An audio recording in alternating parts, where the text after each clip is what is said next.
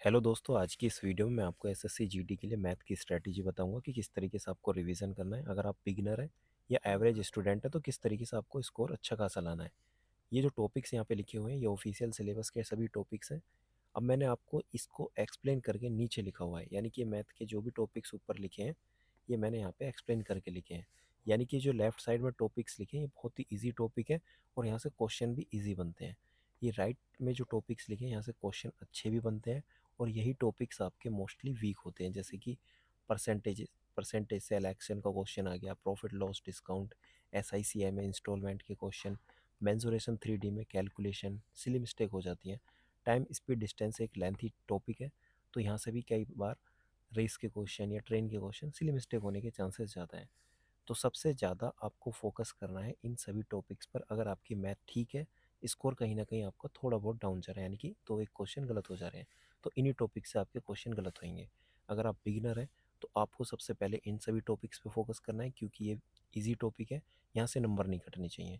जब ये सभी टॉपिक्स आपके कंप्लीट हो जाएंगे फिर परसेंटेज स्टार्ट करना है। परसेंटेज एक ऐसा टॉपिक है, इसको पढ़ने के बाद आप profit loss discount S I C I चारों टॉपिक एक साथ कंप्लीट कर सकते हैं। बेस है इन सभी टॉपिक्स का। मेंसुरेशन 3D में सिर्फ आपको फॉर्मूला और उनका पैटर्न और उनका कॉन्सेप्ट समझना है, फिर उसके बाद सिर्फ कैलकुलेशन है। तो कैलकुलेशन आपको डेली अलग से प्रैक्टिस करनी है, सिर्फ 15 से 20 मिनट। 15 से 20 मिनट में क्या करना है?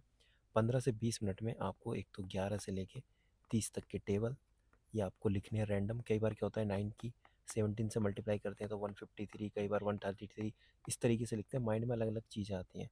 कई बार ये सिली मिस्टेक हो जाती है और क्वेश्चन जो हमारा मतलब जो हमको आता है वो आते हुए भी रॉन्ग कर देते हैं और टाइम वेस्ट हो जाता है। तो इस चीज़ पे आपको फोकस करना है।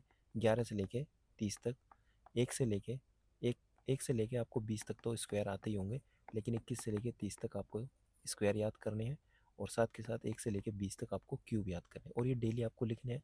जब आपको मन करे कि आज मैं 13 का क्यूब लिख देता हूँ, आज मैं 15 का क्यूब लिख देता हूँ, इस तरीके से आपको लिखना है। अब आपको डेली क्या करना है, डेली मैं बताता हूँ। डेली देखो आपका जो भी रूटीन है, अगर आप बिगिनर हैं तो अपना एक तो टॉपिक वाइज टॉपिक कंप्लीट करें, ठीक है। टॉपिक वाइज मैंने बता दिया।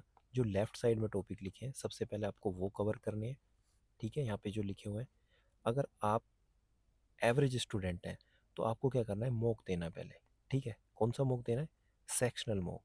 जब आप सेक्शनल मॉक देंगे उसको एनालाइज करना है। एनालाइज करने के बाद आपको पता चलेगा कि भाई मेरे जो क्वेश्चन गलत हो रहे हैं वो मेनली राइट वाले टॉपिक से ही गलत हो रहे हैं। या तो प्रॉफिट लॉस का कोई अच्छे लेवल का क्वेश्चन है, या एस आई सी आई का इंस्टॉलमेंट, या सी आई का बेसिक क्वेश्चन हो गया, रेट निकालने वाला क्वेश्चन, मैं मेथड भूल रहा हूँ, या मेंसुरेशन 3D में आप कहीं ना कहीं कैलकुलेशन मिस्टेक कर रहे हैं।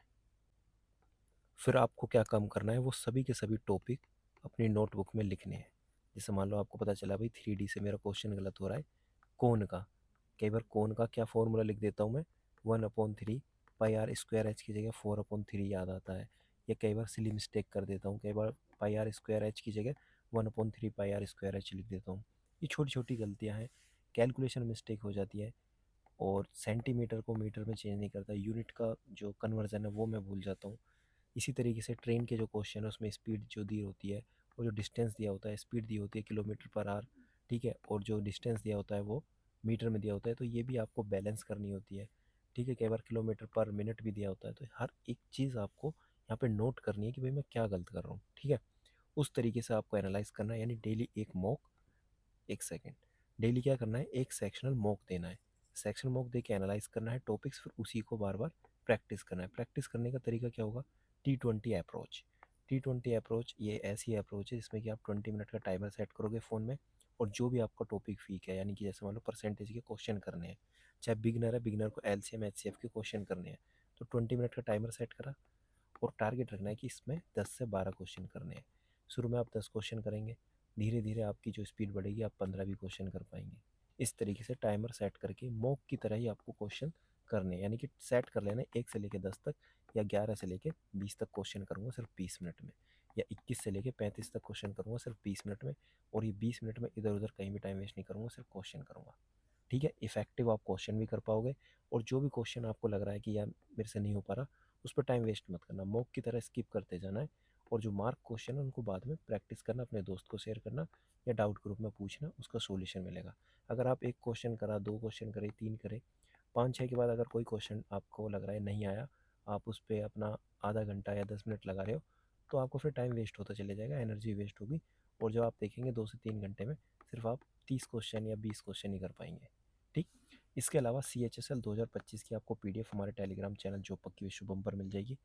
वो जितने भी क्वेश्चंस मैथ के हैं वहाँ पे आपको वो चेक करने हैं कि भाई किस लेवल के क्वेश्चन किस टॉपिक से पूछे जा रहे हैं, यानी कि परसेंटेज से किस डेप्थ में क्वेश्चन पूछे जा रहे हैं, किस लेवल तक के, उस हिसाब से आपको पढ़ना है, क्योंकि एडीक्यूटी एग्जाम ले रही है तो उसी हिसाब से आपको क्वेश्चन पैटर्न भी देखने हैं। ये जरूर करके जाना PDF के क्वेश्चन। अभी आपके पास 60 दिन है लगभग। टीचर आप कोई भी फॉलो कर सकते हैं, आदित्य रंजन सर, राहुल तेवतिया सर, गगन प्रताप सर, जो भी टीचर जिससे भी आप पढ़ रहे हो, ठीक है, उनसे आप पढ़ो। इसमें मैंने नाम सिर्फ आदित्य रंजन का लिखा है, इसका मतलब ये नहीं कि इसी से पढ़ना है, किसी से भी पढ़ सकते हैं। बुक, प्रीवियस ईयर बुक, कोई भी बुक आपके पास है या कोई PDF है, प्रीवियस ईयर क्वेश्चंस करने हैं। सेक्शनल मॉक जरूर लगाना है डेली, इससे स्पीड बढ़ेगी, आपको ये पता चलेगा मेरा वीक टॉपिक कौन सा है, आपको ये पता चलेगा कि किस तरीके से क्वेश्चन को अटैम्प्ट करना है, कौन सा क्वेश्चन छोड़ना है। बिगिनर अभी सेक्शन मॉक डेली नहीं देंगे, उनके टॉपिक्स जो कवर नहीं है उनको पहले कवर करेंगे, जैसे ही टॉपिक्स कंप्लीट हो जाते हैं तो वो मॉक लगा के अपनी गलतियाँ सुधारेंगे। ठीक है, बाकी थैंक यू सो मच। इस तरीके से मैं अलग अलग टॉपिक वाइज और सब्जेक्ट वाइज वीडियो लाता रहूँगा।